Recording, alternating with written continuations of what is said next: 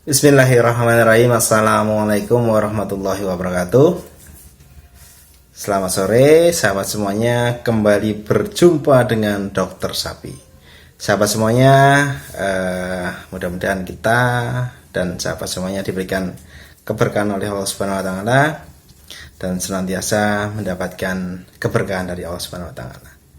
Sahabat, sore kali ini saya akan menyampaikan hal yang mungkin penting juga terkait dengan masalah PMK juga sahabat semuanya. PMK masih ada di sekitar kita, walaupun memang juga sisa-sisa dari efek PMK juga masih terasa di masyarakat sahabat semuanya. Nah, ini harus menjadi kewaspadaan kita semuanya. Jangan lengah sahabat semuanya.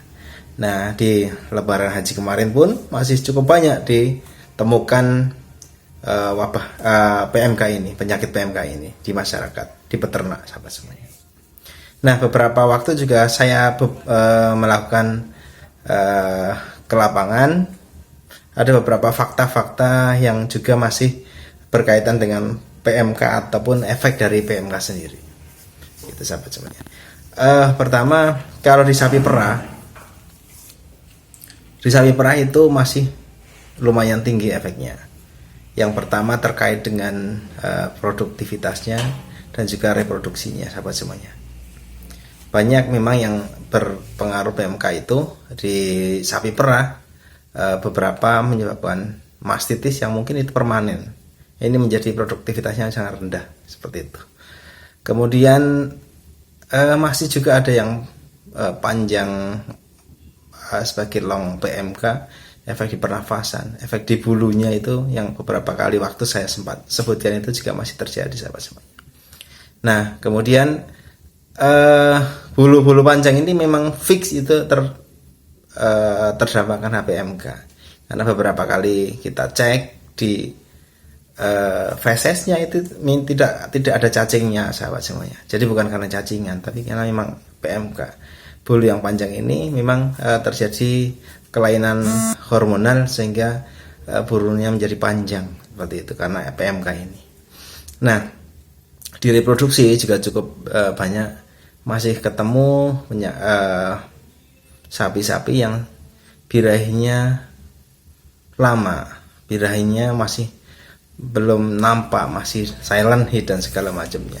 Padahal produksinya sudah mulai menurun, atau setelah PMK produksinya sedikit, sampai saat ini belum birahi kan mas sayang. Itu beberapa kasus masih ditemukan. Dan di sapi potong juga sahabat semuanya. Di sapi potong ini masih terjadi kasus anestrus yang cukup tinggi. Keluhan dari beberapa inseminator salah satunya yaitu menurunnya jumlah akseptor IB. Jadi sapi-sapi yang di IB itu menurun jauh dibandingkan mungkin dulu-dulu seperti itu sebelum PMK. Belum pulih normal. Nah, memang beberapa kali kami cek ke lapangan, ya memang kondisinya kondisi yang memang masih minus. Artinya di pakan kondisi musim kering seperti ini, jerami sebagai andalannya ya pasti itu juga menambah lebih parah lagi kasus-kasus anestrus atau sapi-sapi yang tidak minta kawin sahabat semuanya seperti itu. Nah, itu yang harus jadi perhatian juga. Walaupun mungkin solusinya sebenarnya tidak begitu susah ketika memang harus diberikan tambahan pakan, ditambahkan nutrisinya, mikromineralnya, ditambahkan vitamin, injeksi vitamin seperti ADE segala macam, ditambahkan mineral di Poultryshop tersedia cukup banyak mineral ini yang sebagai sumber dari vitamin D bisa untuk membantu ke reproduksi sahabat semuanya. Atau yang beberapa yang kita lakukan penanganan kompleks seperti pemberian obat cacing, pemberian vitamin D, perbaikan pakan, kemudian diberikan juga seperti hormonal, GnRH dan segala macam. Dan lumayan berhasil, lumayan membantu untuk meningkatkan performa reproduksi dari sapi perah tersebut sahabat semuanya. Nah, fakta selanjutnya adalah yang agak mengkhawatirkan itu adalah PMK ini menyebabkan keguguran pada kebuntingan tua, atau kepada kebuntingan menyebabkan keguguran, atau menyebabkan namanya stillbirth. Barangkali ketika dia bunting kena PMK tidak gugur, tapi begitu lahir anaknya mati, langsung mati, itu stillbirth. Atau memang setelah dilahirkan beberapa waktu anaknya menjadi mati karena mengkonsumsi susu dari induk yang terkena PMK. Ini fakta-faktanya. Dan fakta-fakta yang kita lihat sekarang adalah pedet-pedet yang dilahirkan dari induk terkena PMK itu lahirnya kecil-kecil, sahabat semuanya. Itu memang beberapa tempat yang kita lihat seperti itu. Walaupun mungkin secara umum kalau ditimbang dan segala macam kita belum punya timbangannya, tapi yang kita lihat faktanya seperti itu. Nah, apakah ini nanti berpengaruh juga di pertumbuhan si pedet sendiri, kan seperti itu. Kalau memang pedetnya kecil tapi dia sehat, kemudian tidak ada virusnya lagi, ketika memang diberikan pakan yang baik, kemungkinan akan tumbuh menjadi normal. Tetapi ketika memang sudah lahirnya kecil, walaupun diberikan pakan yang bagus, tetapi di dalamnya memang masih ada virus PMK-nya, ya ini tidak menjamin nanti pertumbuhannya menjadi baik. Nah, ini fungsi dari salah satu yang harus dilakukan surveillance oleh laboratorium seperti balai veteriner. Mungkin harus melakukan surveillance seperti itu. Di pedet-pedet itu, apakah pedet yang lahir dari induk bunting itu masih ada virusnya apa tidak, seperti itu. Karena kalau memang di pedetnya masih ada virusnya, yang pertanyaan berikutnya adalah jangan-jangan itu salah satunya yang bisa menjadi karier, menjadi penular bagi yang lainnya. Nah, seperti itu, sahabat-sahabat. Jadi perlu dilakukan surveillance, pengambilan sampel, kemudian penelitian lebih jauh lagi, supaya kita akan lebih cepat dalam hal pembebasan PMK nanti, pemberantasan dan penanganan PMK ini, sahabat. Mengingat memang kerugian akibat PMK itu sangat banyak, sangat besar, sahabat. Nah, ini. Jadi mudah-mudahan ada teknik-teknik untuk surveillance, untuk mengambil sampel-sampel yang ada di pedet, contohnya di probang, dilakukan pengambilan swab dengan probang di orofaringnya si pedet, supaya mendeteksi sampai umur berapa sih, jangan-jangan memang pedetnya masih ada virusnya. Jangan-jangan itu yang menjadi potensi penularan bagi sapi-sapi lain yang tidak tervaksinasi.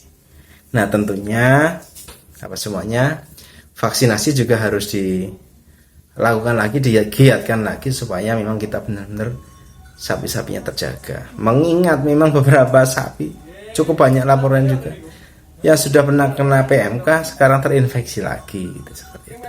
Artinya memang antibodi yang kena serangan pertama sudah turun, ketika ada agen infeksi berikutnya PMK ini tidak mampu memproteksi, ya akhirnya terkena kembali.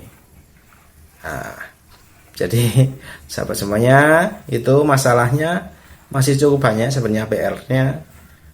Jadi kita tidak boleh bersantai-santai, tapi kita terus berpikir supaya penyakit ini bisa hilang, karena penyakit-penyakit lainnya juga masih banyak yang harus menjadi pekerjaan kita, menjadi atensi kita semuanya, sahabat semuanya.